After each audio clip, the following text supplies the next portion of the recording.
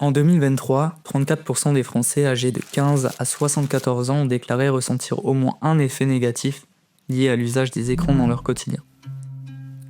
Parmi ces effets, la réduction du temps de sommeil était le plus souvent mentionnée, affectant 25% d'entre eux. L'utilisation des écrans est désormais omniprésente dans notre quotidien, avec souvent plus de 4 heures passées devant eux chaque jour.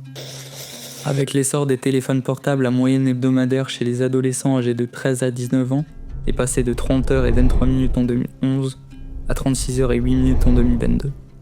Cette augmentation notable du temps passé devant les écrans est préoccupante, car selon une étude menée par Dr Marie-Claire Guilloton en 2023, 45% des jeunes de moins de 20 ans éprouvent des effets négatifs sur leur santé mentale, comme une augmentation de l'anxiété, de la dépression et des troubles de l'attention.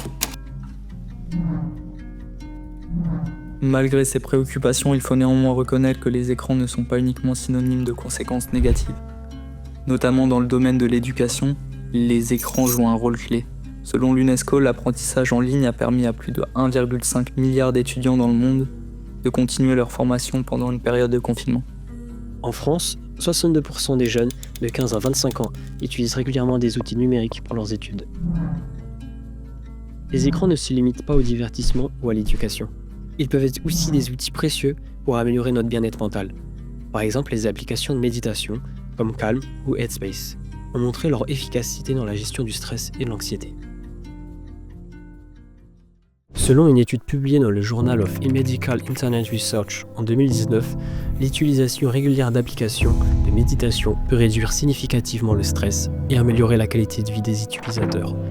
Ces outils offrent des exercices guidés qui aident des millions de personnes à retrouver un équilibre émotionnel au quotidien.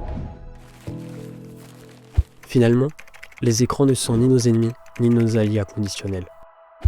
Leur impact, qu'il soit positif ou négatif, dépend entièrement de la manière dont nous choisissons de les utiliser. Un usage excessif peut nuire à notre bien-être, mais un usage réfléchi peut devenir une force pour apprendre, créer et même protéger notre santé.